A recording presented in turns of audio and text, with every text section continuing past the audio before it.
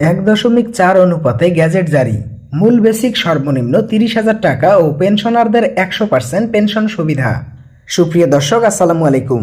বিস্তারিত আলোচনা শুরু করার পূর্বে আপনারা যারা এখন পর্যন্ত আমাদের চ্যানেলটি সাবস্ক্রাইব করেননি, দয়া করে সাবস্ক্রাইব করে পাশে থাকা বেল আইকনটি অল করে দিন। আজ 1.4 অনুপাতে সরকারি চাকরিজীবীদের জন্য একটি প্রজ্ঞাপন জারি করা হয়েছে। এই প্রজ্ঞাপনের মাধ্যমে সরকারি চাকরিজীবীদের পেনশন ভাতা সহ মূল বেসিক সর্বনিম্ন 30,000 টাকা পর্যন্ত বৃদ্ধি করা হলো। অর্থ মন্ত্রণালয়ের একজন ঊর্ধ্বতন কর্মকর্তা আজ গণমাধ্যমকে এসব তথ্য জানিয়েছেন।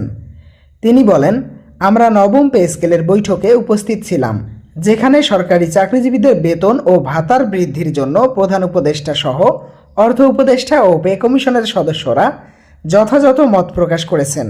তারা প্রতিনিয়ত বৈঠকের মাধ্যমে নবম পে স্কেল 1.4 অনুপাত নিশ্চিত করেছে। আজ একটি গ্যাজেট প্রকাশ করা হয়েছে পে কমিশনের পক্ষ থেকে। পে কমিশনের চেয়ারম্যান জাকির আহমেদ খানের নির্দেশে সরকারি চাকরিজীবীদের বিশেষ ভাতা বৃদ্ধি সুবিধা চালু করেছেন কর্তৃপক্ষ।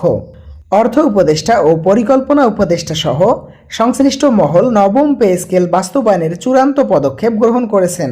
বাংলাদেশের 14 লক্ষ সরকারি চাকরিজীবীদের 1.4 অনুপাতে নবম পে স্কেল বাস্তবায়ন করার বিষয়ে শতভাগ সিদ্ধান্ত কার্যকর করা হয়েছে। 2025 সাল থেকে সরকারি চাকরিজীবীরা শতকরা হারে পেনশন ভাতা পেয়ে থাকবেন। 2025 সাল থেকে সরকারি চাকরিজীবীরা শতভাগ হারে পেনশন ভাতা পেয়ে থাকবেন। যারা পেনশনার আছেন তাদের জন্য বিশেষ ধরনের সুযোগ সুবিধা বর্ধিত করেছে অর্থ মন্ত্রণালয়। অর্থ মন্ত্রণালয়ের নির্দেশক্রমেই সরকারি চাকরিজীবীদের জন্য নবম পে স্কেল বাস্তবায়ন দ্রুত সময়ের মধ্যেই করা হচ্ছে। পে কমিশনের একজন উচ্চ পদস্থ সদস্য নাম প্রকাশ না করা শর্তে জানান, আমরা এই বেতন কাঠামো প্রণয়নে 1.4 অনুপাত ব্যবহার করছি। এটি না হলে নিম্ন গ্রেডের কর্মচারীদের এবং উচ্চ গ্রেডের কর্মকর্তাদের মধ্যে বৈষম্য কখনোই কমানো সম্ভব হতো না। দর্শক, ভিডিওটি চলাকালীন সময় বরাবরই ছোট্ট একটি রিকোয়েস্ট করতেছি, যারা এখন পর্যন্ত আমাদের চ্যানেলটি সাবস্ক্রাইব করেননি, দয়া করে সাবস্ক্রাইব করে পাশে থাকা বেল আইকনটি অল করে দিন। আমরা প্রথমে 1.8 অনুপাতে নবম পে স্কেল বাস্তবায়ন করার সিদ্ধান্ত গ্রহণ করেছিলাম, কিন্তু সেখানে সরকারি কর্মচারীরা তেমন একটা উপকৃত হবেন না বলে জানিয়েছেন পে কমিশন, যা সরকারি চাকরিজীবীদের জন্য ন্যায় বিচার বলে বিবেচিত হবে। তাই পে কমিশনের মূল লক্ষ্য বেতন বৃদ্ধি সহ বৈষম্য দূর করে নবম পে স্কেল বাস্তবায়ন করা।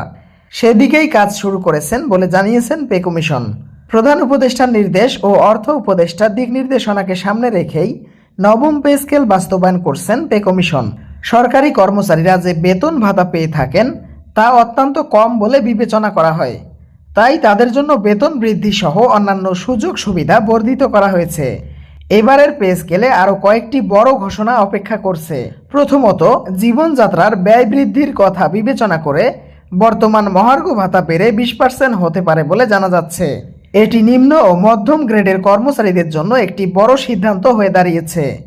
দ্বিতীয়ত, পেনশনভোগীদের জন্য রয়েছে নবম পে স্কেলের মাধ্যমে বিশেষ ধরনের সুবিধা। পেনশন ভাতা 45% থেকে উন্নীত করে শতকরা করার সিদ্ধান্ত নেওয়া হয়েছে। বর্তমান বাংলাদেশের দ্রব্যমূল্যের ঊর্ধ্বগতি ও জীবনযাত্রার ব্যয়বহুল বিবেচনা করেই পেনশনারদের জন্য এই নতুন সিদ্ধান্ত কার্যকর করা হয়। অবশেষে তা বাস্তবায়ন করার ফলে সরকারি চাকরিজীবীরা দীর্ঘদিনের হতাশা থেকে মুক্তি পেলেন। সূত্র মতে, আগামী 1 ডিসেম্বর একটি গ্যাজেট প্রকাশ হবে, যেখানে সরকারি চাকরিজীবীদের জন্য নবম পে স্কেলের আওতায় বেতন বৃদ্ধি ও মূল বেতন 30,000 টাকা নির্ধারিত থাকবে। দর্শক, আজকের ভিডিওটি এই পর্যন্তই। আশা করি ভিডিওটি থেকে অনেক উপকার পেয়েছেন। যদি পেয়ে থাকেন তাহলে অবশ্যই আমাদের চ্যানেলটি সাবস্ক্রাইব করে পাশে থাকা বেল আইকনটি অল করে দিন।